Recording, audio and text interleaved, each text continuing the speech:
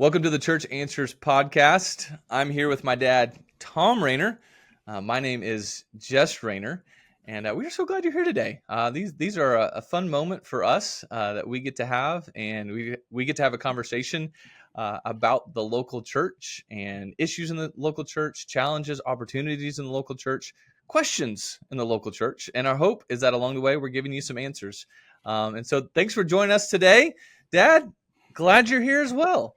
I'm glad I'm here too. It's sometimes fascinating to think about the pre-recording conversation. Some of it's flippant, some of it is just bantering with one another, just having fun.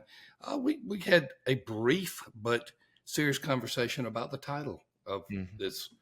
And the four most common acts of stupidity that get pastors fired, and Jess saying that's a little heavy-handed, isn't it? You know, is it clickbait? Is it just something you put there to try to draw people's eyeballs? And I can't deny that there might be some of that, but I wanted to say something very strong that got people's attention. Right. So whether it's clickbait or just, hey, listen up, I want you to get your decision on. I want you to get your eyeballs on this. Yeah, this is an important topic for sure. And again, we have a lot of fun on these podcasts. So sometimes we need to kind of address some more serious things.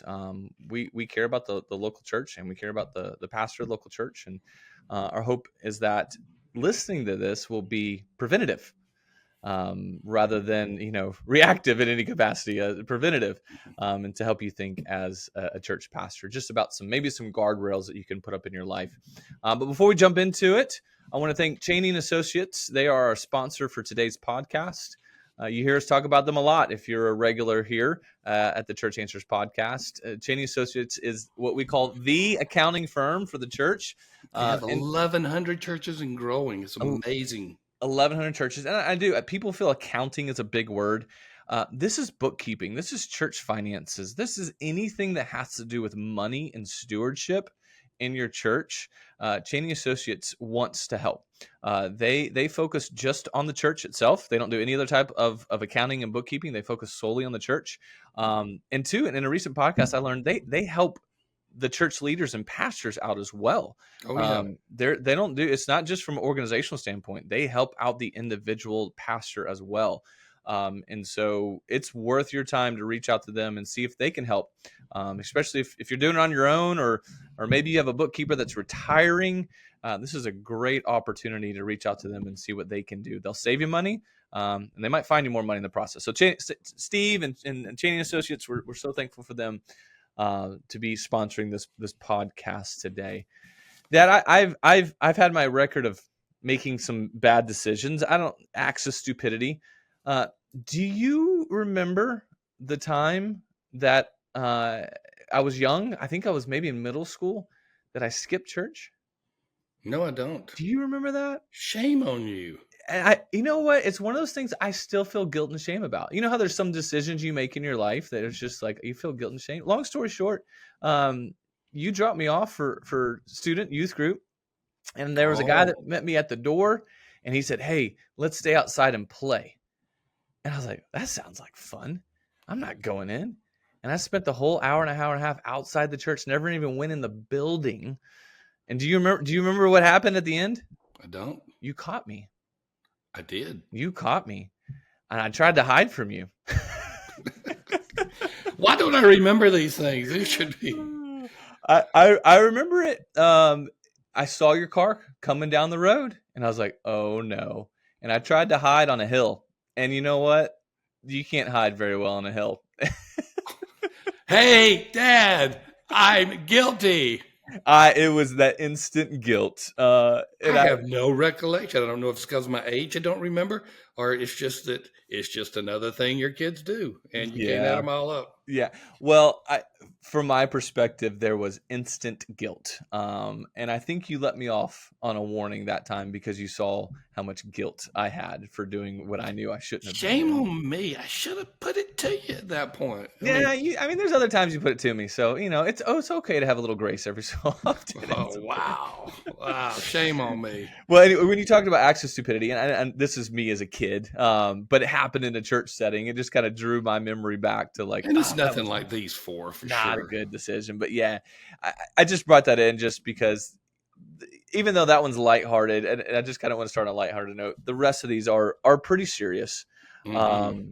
And our whole goal, as I mentioned, our whole goal is to be more preventative, and hopefully you guys can set up some guardrails and some boundaries in your life. So we're going to go through 4 of these things that can get you fired, things that probably should get you fired as a pastor. Here's our first one: flirting dangerously with sexual boundaries. You know, there are more opportunities for this to happen Mm, than there today than there were when I was a pastor. One clear example is texting. yeah. And there was no such thing as a cell phone nor texting, obviously, when I was a pastor. Now, there were certainly other ways that you could be flirting dangerously with sexual barriers, but not in some kind of text relationship. Hmm. And we hear about that happening, Yeah. and it's one of many ways that it can happen. It can be conversations that are inappropriate. Hmm. It can be being alone with someone without any type of boundaries or accountability Hmm. that is there. Uh, it can start off what may seem to be innocent, though I don't know if there's really such a thing as starting off innocent, because most people know, well, I shouldn't even be doing this now. And it could be something as clearly blatant as pornography. Right. It could be pursuing someone and you're in a married relationship with someone else. The list goes on and on and on. But there's boundaries that are there early that you can take advantage of, and you should take advantage of. But these people who have gone through this, and but for the grace of God, there I go. And I want to be clear that I'm not casting stones at someone that is worse than I am. I'm just saying this is a situation that we would like to see remedied and stopped everywhere, but particularly in God's church. Right, right. And this is a slow decline, slow fade, however you want to describe it.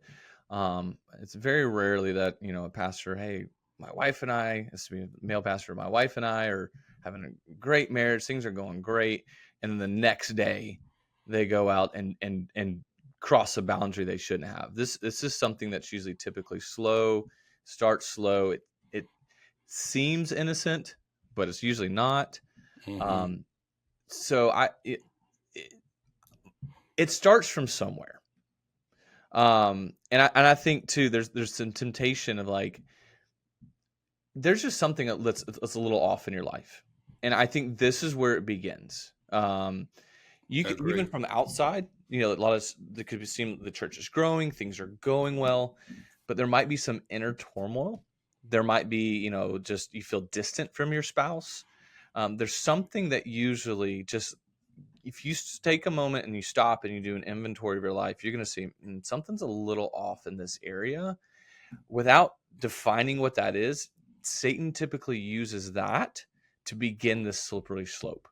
Um, I was you in a if you comp. begin to start thinking you deserve something, Oh you gosh, know, that entitlement mentality will lead right down this path. it does. It does. So I was mentoring a guy, and this is 4 or 5 years ago. So I think the distance is enough where I can talk about it without identifying anybody. But this guy was a pastor, and he asked me a question. And we're going back to the texting issue. Hmm. He said, "I want to do something." He said, "I want to read a text to you." I said, "Why?" He said, "Well, my wife saw it and she thought it was inappropriate that I wrote it to this female." And I said, "I don't want to see it." I said, "The very fact that you have to get me to judge it Uh huh. and make a decision on it, Right. you've already answered your question. It's inappropriate." Right. And he just hung his head, but then he realized, okay, yeah, it Hmm. was inappropriate. I have no idea what it said, Right. but the Yeah. fact they Well, have I to mean, ask me, if a spouse is uncomfortable, then it's a problem. I it mean, is. absolutely a problem. So, what are some things, think of some guardrails, because this one can start off. There can be some naivety with it. It can be, but there's a it doesn't take long to realize there's some intentionality behind it. So, what are One some of, guardrails that a pastor can put up to avoid, getting close to these boundaries that shouldn't be crossed when it comes to any type of improper relationship? it seems like I'm focusing on texting, I guess, because I am, but I'm going to use that as an example. Sure. I would never text a female that I would be uncomfortable with either of our spouses seeing at the moment we texted it. So Yeah. Yeah. I mean, I text Jana a good bit is one Uh-huh. example. She's our vice president here. I would have no issue whatsoever with anyone reading those text messages indefinitely Hmm. because it's, hey, do you know about this business situation? Do you know about this one? I might be asking her about her family, in a pastoral way. But there's nothing that I would be ashamed for Nellie Joe to see. There's nothing that I would be ashamed for her husband Adam to see. Right. That's one example. Another example is when you're with someone. What are your boundaries? That's the Hmm. common one. Yeah. I get a lot of flack for the Billy Graham rule. Did you know that? You get flack? Oh yeah, yeah. Interesting. Well, And if you don't know the Billy Graham rule, that's never being alone with anyone of the opposite sex. right. Yeah. Now the reason it is that we get flack is because, and I think about this. Some females say, "Hey, I'm the only female on our staff," or "I'm the only one there," and if I can't go into the office or talk to someone, and I always have to have someone alone, it's really inhibiting me. Right. And I see that perspective. I Hmm. mean, I do. And I don't have a quick solution for it, but I can just say from my perspective, I have to have someone that can see me, be near me if I'm with a female in any situation other than my wife or Yeah. I guess most of the time daughters-in-law, certainly granddaughters are okay. Yeah. Yeah. That haven't crossed my mind at all. But yeah. Well, yeah. So both of those, I mean, you're talking about the texting. Um, there's a lot of times, well, I include my wife on a text message to another female. Right. The only times that I don't, or when it's very like specific ministry related, Right. I have several, female church leaders. And so I'm very, it's very business. There's not anything personal. It's Right. concrete business, church ministry stuff. There's nothing Hmm. else beyond that. They would Um, stick their head in your office and say the same thing to you. Yeah, yeah, it's that kind of mindset. Um, I also, my wife has full access to my phone. I don't delete any Mine does text too. message; it's all there. When it comes to meeting with people, if I have to meet with a female, we typically meet in a very public setting, and I also let my wife know ahead of time. Hey, I'm going to be meeting with this person at this place for this reason. Um, Two, and then three, if I can bring a kid along, I typically do that as well. Especially if I'm in a coffee shop, one of my kids like, yeah, Dad, I'll come with you. They They love going love with getting their out and dad. getting the coffee shop. So anytime you can do these small things that are really big things, what you're doing is you're setting up boundaries. And you're Um, sending messages, clear messages. yeah, yeah. And two, it's like I think about, as if I'm meeting with another, female leader or texting, it's like I do think about, the husband. It's like he should be totally cool with me. I'm totally cool with him. There's nothing of that as well. So there's a lot. I mean, there's books written on this. There's articles on this. It really goes back to just being aware of where you are in life. Hmm. And if you are starting to use a boundary that you're starting to push to fill a void in your life, stop now, set up boundaries, go back to the root cause, because that is a path that can be absolutely detrimental. So that was our first one. Flirting dangerously with sexual boundaries. We're talking about 4 common acts of stupidity that can and should pastors fired. The second one is, I would say, a bit newer, relatively speaking, in terms of ministry. It's plagiarism. Well, first of all, I want to say this. Uh, I do think some plagiarism is not the unpardonable sin. So I'm not saying every pastor should get fired. Every Sure, pastor should certainly be called to task for it sure. when it happens. But this was not one that should get people. I'm just going to be careful. I'm just going to say we need to consider the circumstances. How much was it? The Mhm. whole sermon. Let's get a little more context before we say they Is should there a be. habit? Is there a pattern? Yes. Exactly, exactly. Plagiarism is just basically saying what someone else said and taking credit for it. So Hmm. just keep that in mind. That means your sermons, if you're citing someone, you should say you're citing someone, or you should have the quote on the screen, something to that effect. Plagiarism is more pervasively caught these days because of internet, because of podcasts, because everything is for the most part seen and heard, unlike it was back then. I actually was in a preaching class. Oh my gosh. I hope this person is not listening. I mean, this is back in the 80s.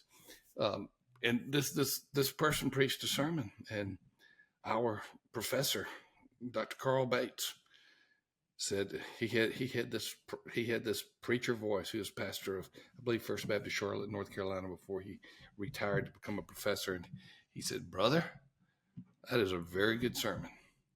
And I have to say, I've never heard it before, but that's because I wasn't alive when Charles Spurgeon preached it. Mm. He preached late 19th century, early 20th century language.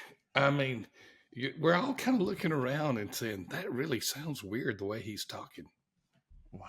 Even use the Yes, verbiage. the verbiage. Oh dear. He was reading straight from sermons by Spurgeon, and he had just torn out some pages and preached it. And it didn't take long because he was from East Tennessee, and his accent was not exactly British, and it didn't take long for us to catch on to that. So that you can be caught, but now with the pervasiveness of communication devices, it's there, and this is where I want to come into another area, and that's artificial intelligence, or AI. Right. Yeah. And how far do you go in letting AI help you in your sermon? You don't. Well, I'm I don't know if I'm a slow adopter or just, I don't know what I am with this, but I don't think AI has a place in this. You might think differently. Maybe I'm a hardliner on this one. well, I don't see the place for it. I just don't.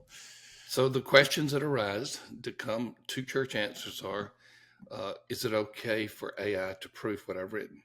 Just like Grammarly proofs what you've written.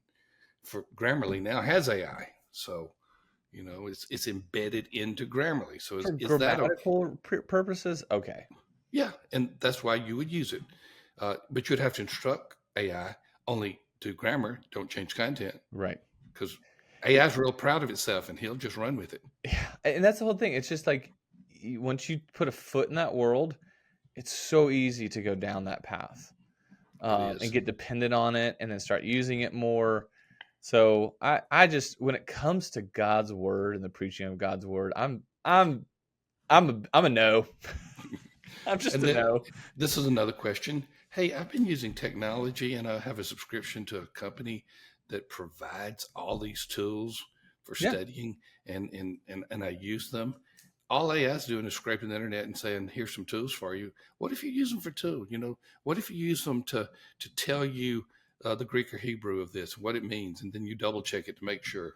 Just those are the type of questions that come up. They're tool based, yeah. But again, when it comes to AI, it's designed to think for you, Yes, it versus is. these tools are designed to equip your thinking. So the core purpose of AI versus other tools is different, and that's why I'm a bit hesitant to say let's go. Uh, just a few things. A few things. Okay. Are you still on AI? One other All thing right, you're about still on AI. AI, Yes, yeah, I'm still on AI. This is just to give you a caution that AI detectors are pervasive now, right? and they're out there to embarrass pastors. So just let you know. Okay, that's a good warning. That's a good warning. So, what things to kind of help yourself with this? There are, I use quotes all the time in my sermons, Well done too. but I use them as quotes. I say this person said this, and often, most times, I'll put it on the screen, Hmm. with the exact quote with their name. I don't even try and include it for my own. Other times, I will use a quote that I won't necessarily say, exactly who it is, but I'll say, I heard one pastor put it this way. Hmm. That's fine too. You're And not then, taking and, credit for it yourself. and then I say it. And so it is like clear as day that this is not my thought. When I do that, really for both situations, I cite it in my sermon prep. I put a URL, I put where I found it. And so if there's any indication that I'm trying to take this as my own, I don't. Even to some degree, that if I feel like somehow another sermon influenced my sermon, I will put that on there. Like, I will put a footnote that says, I read this sermon. There's a good chance this sermon influenced this sermon. So I want to give credit where credit is due. And I put that on my notes just as accountability in it, in case, it ever did come back. I'm like, oh yeah, actually, I had that here, and maybe I need to say it, and I have said it publicly. There are some times publicly I've said, hey, I read a sermon by this pastor, it greatly influenced me on this sermon, and that way it just gives that piece. So it's really not that hard. You can use other material. I will say this though, just on a practical note, and we'll move on here. I try not to read or listen to other pastors' sermon until I'm far along in my own sermon prep. I say the same thing for Bible study. I don't preach as much as you do, Mm-hmm. but the same thing for Bible study. I read the text and I ask again and again, what is God saying through his word before I look at anything else? Yeah. Yeah. So, well, these first two were big ones. So this is a good point to maybe just take a moment and breathe. And let's talk about something that you can do as a church leader to reach your community. That's partnering with Upward Sports. Dad, tell us a little bit about them. Well, it's a good break. I mean, we're moving to something that's fun and positive, away from this heavy stuff. And the reason it's fun and positive is the sports ministry. Upward Sports is the largest sports ministry, youth sports ministry in the world. Mm-hmm. It's not their size that gives them a claim. It's their ministry. It's how they reach the community. It's how they connect with the community. It's one of a kind. I'm sure that there are other similar models out there, but in terms of how Upward Sports does it, whether they're doing their new running ministry, whether they're doing basketball or soccer, the list goes on and on. Whatever they're presenting to your church, if you have a gym, they'll use it. If you have a parking lot, they'll use it. If you have a field barred or owned, they will use it. They will bring the sports league to you. They're just one of my favorites right now because you can reach the community by the community coming to you, which is unusual for most ministries. Right. Yeah. They do a good job of taking who you are and what you have as a church and using it to reach the community. So if you're looking to increase your outreach as a church, check out Upward. They'll be glad to help you.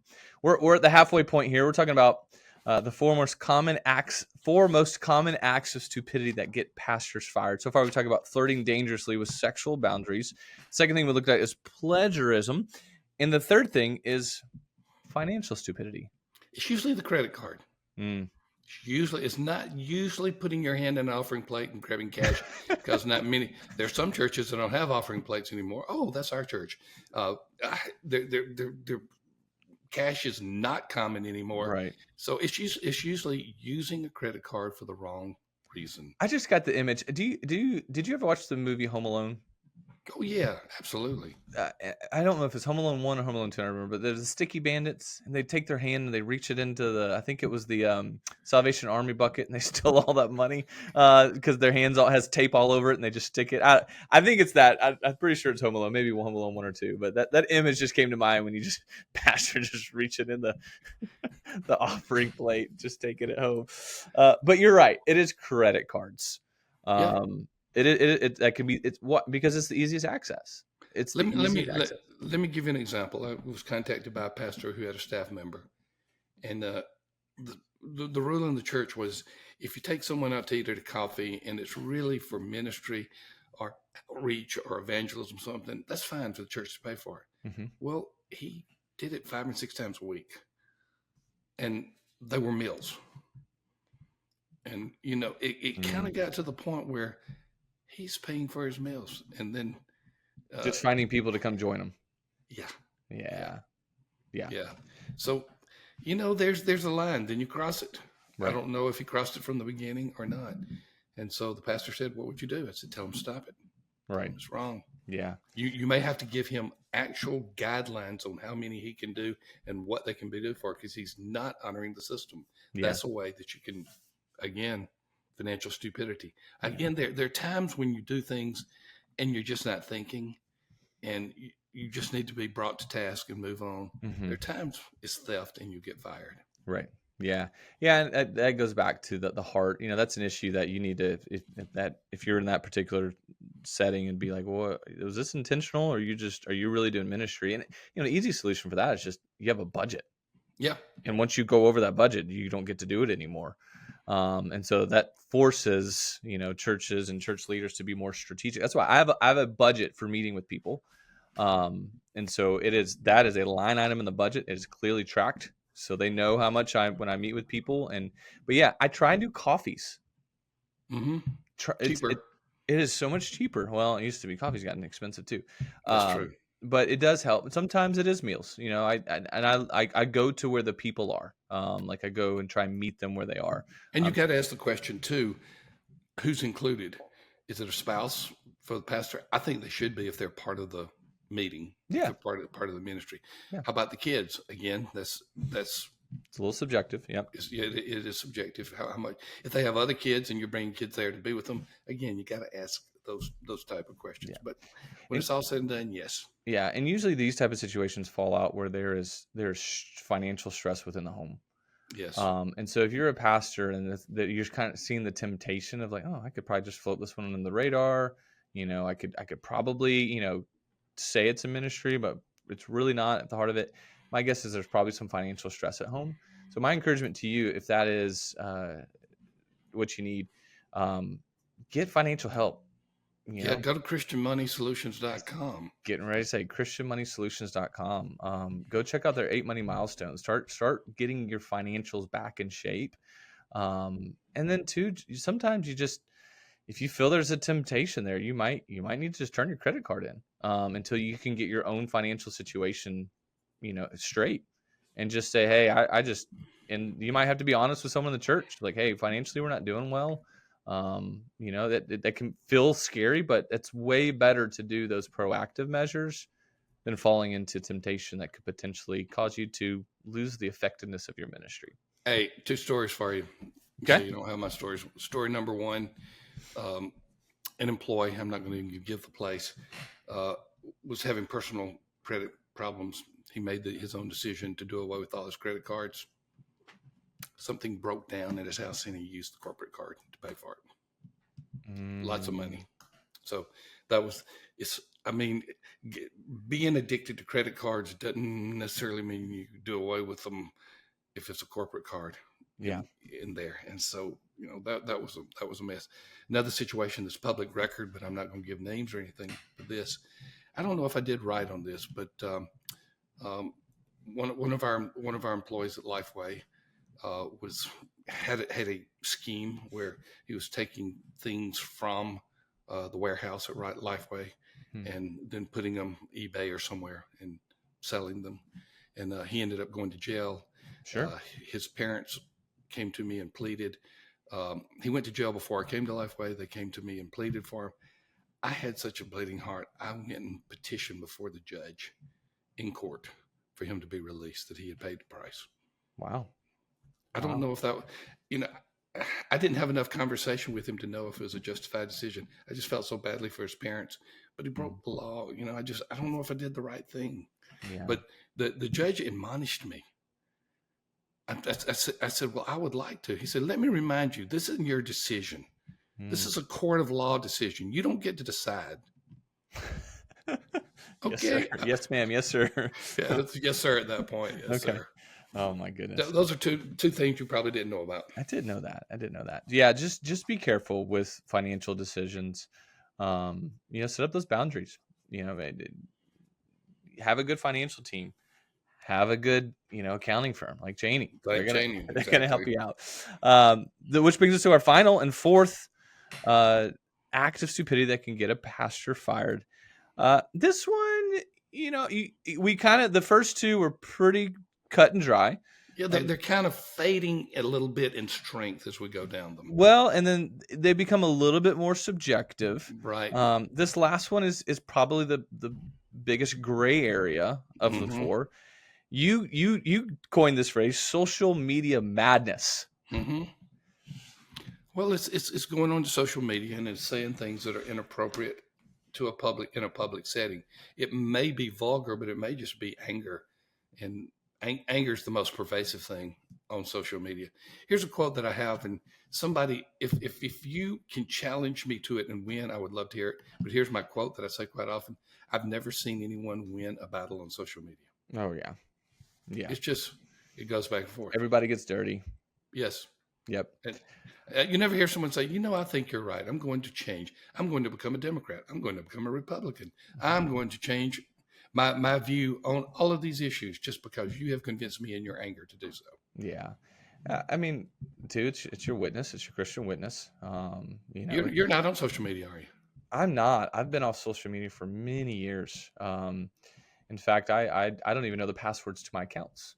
So I had my wife change them. Not there wasn't anything bad going on. I mean, I was going through a period of anxiety, and so that's the reason why. I don't want to make it seem like that was anything really bad, but I just say change my accounts. I don't even want that. I want that out of my life. Just get it out of my life. Um, and so yeah, I zero access. I do have some Twitter or X access, but uh, the only Yeah. time I go on there is for weather. Nash Severe Weather is amazing. I love them. That's the only time I go on them. I You check. need to So, check it out. I talk about you every now and then. yeah, okay. Well, That's right on. I still get the emails that say, "Hey, someone mentioned in a post," and it doesn't show me what it is. I'm like, oh, whatever. So, but yeah, it's just I don't know.